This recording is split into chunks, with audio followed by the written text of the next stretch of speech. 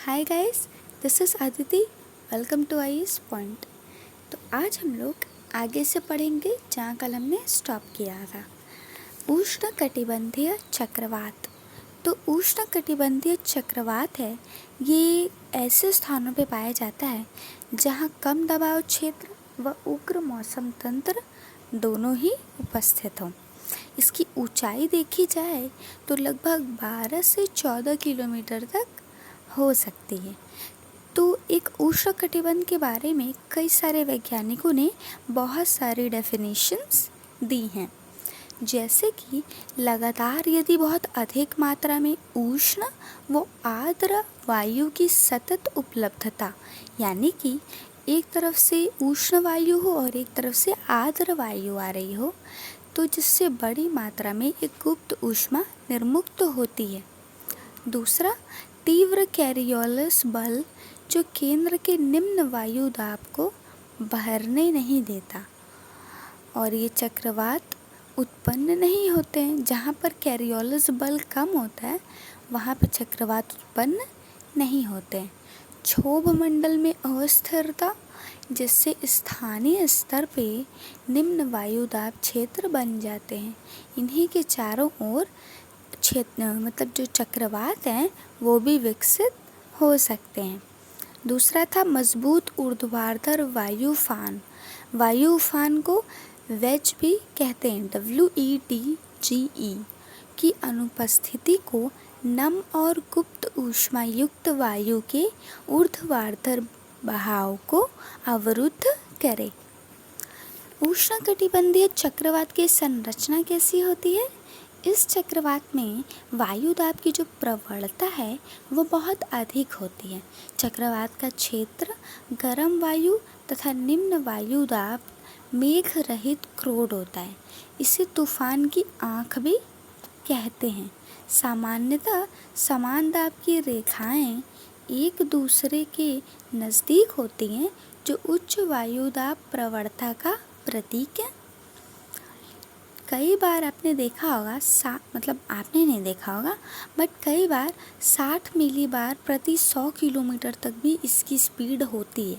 चक्रवात की जो स्पीड है वो बहुत तेज़ होती है। बहुत तेज़ तरीके से हवाएं एक चक्र के रूप में, यानी कि सर्कल के रूप में चलती हैं। तो इनकी जो स्पीड है वो कभी थोड़ी धीमी होती है, कभी बहुत तेज़ होती है, और ये गर्म एवं ठंडी हवाओं के मेल से बनती हैं। भारत में चक्रवातों और क्षेत्रों का समय अनुसार विवरण कैसा है? जैसा कि भारत की आकृति प्रायद्वीपीय है। पूर्व में क्या है? बंगाल की खाड़ी, और पश्चिम में अरब सागर है। अतः यहाँ आने वाले जो चक्रवात हैं इन्हीं दो जलीय क्षेत्रों से उत्पन्न होते हैं, बंगाल की खाड़ी से और अरब सागर से। मानसूनी मौसम के दौरान देखा जाए तो जो चक्रवात है वो 10 से 15 उत्तर अक्षांशों के बीच पैदा होते हैं। बंगाल की खाड़ी में चक्रवात ज़्यादातर अक्टूबर और नवंबर में बनते हैं, यानी कि अभी बन रहे होंगे।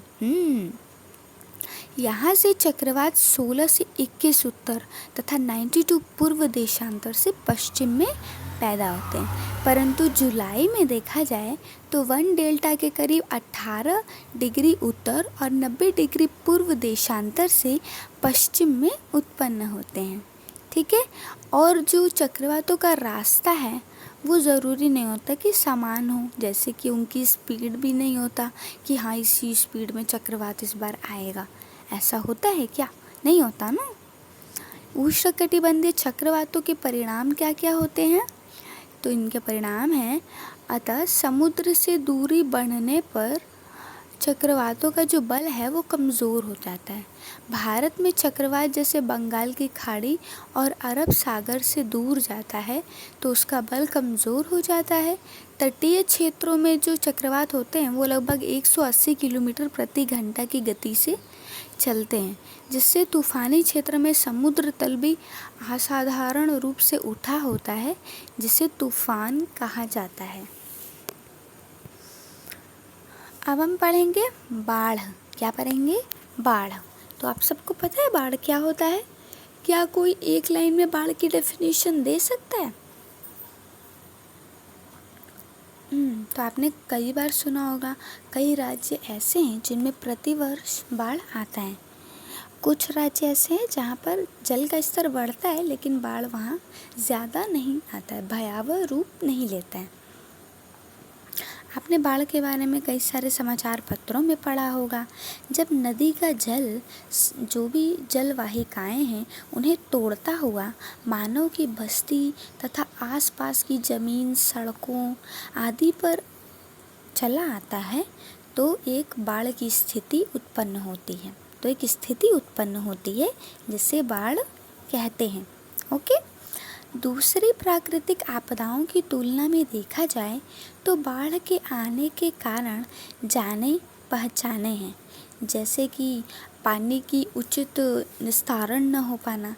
जैसे आपने देखा होगा कि आपके घर के आसपास ऐसी कोई गली तो ज़रूर ही होगी जहाँ अगर 5 मिनट भी बारिश हो जाए ना तो पूरी सड़कें भर जाती होंगी। क्यों? क्योंकि वहाँ पे पानी निकलने की कोई सुलभ व्यवस्थाएं हैं ही नहीं। वहाँ पे अच्छे से नाली, मैनहोल्स नहीं हैं ताकि जो पानी बरसे वो तुरंत ज़मीन के अंदर चला जाए। मिट्टी बहुत अधिक नहीं है ताकि मिट्टी भी नहीं सोख पाती है। इस वजह से थोड़ा सा ही बारिश होता है कि पूरा गंगा जी बन जाती हैं। तो जैसे कि आप जानते हैं, अब बाढ़ है तो सूखे में तो बाढ़ आएगी नहीं। बाढ़ कुछ विशेष मौसम में ही आती होगी, जैसे बारिश जुलाई या फिर अगस्त के मौसम में अक्सर बाढ़ आती है। इससे क्या होता है, जल का बहाव बहुत तेज़ी से होता है और बारिश बहुत ज़्यादा होने के कारण पानी निकल नहीं पाता है, जिससे बाढ़ की स्थिति उत्पन्न होती है। बाढ़ आने के और भी कई कारण हो सकते हैं, जैसे तटीय क्षेत्रों में तूफ़ानी माहौल में लंबे समय तक होने वाली तेज़ बारिश, हिम का पिघलना, ज़मीन की अंतः स्पंदन दर में कमी आना और अधिक मृदा अपरदन के कारण भी जल में जलोढ़ की मात्रा में वृद्धि होना। हालांकि बाढ़ विश्व में कुछ विस्तृत क्षेत्रों में आती है। जैसे कि आप देख रहे हैं, इस मैप में बताया गया है कि बाढ़ कौन कौन से क्षेत्रों में अधिक प्रभावी होती है और कौन कौन से क्षेत्रों में न्यूनतम प्रभावी होती है। ठीक है,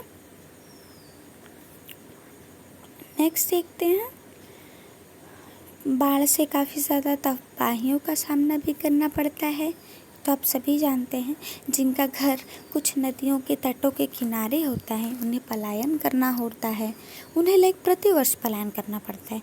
जैसे यूपी में यमुना नदी है, उसमें अक्सर बाढ़ आती है। बारिश के मौसम में उसका स्तर बढ़ने लगता है और गंगा का भी, जिससे जो सीढ़ियाँ हैं वहाँ तक पानी आ जाता है और जो भी तट पे बसे लोग हैं उन्हें वहाँ से हटना पड़ता है इत्यादि। मंदिर का पूजा पाठ भी इससे प्रभावित होता है।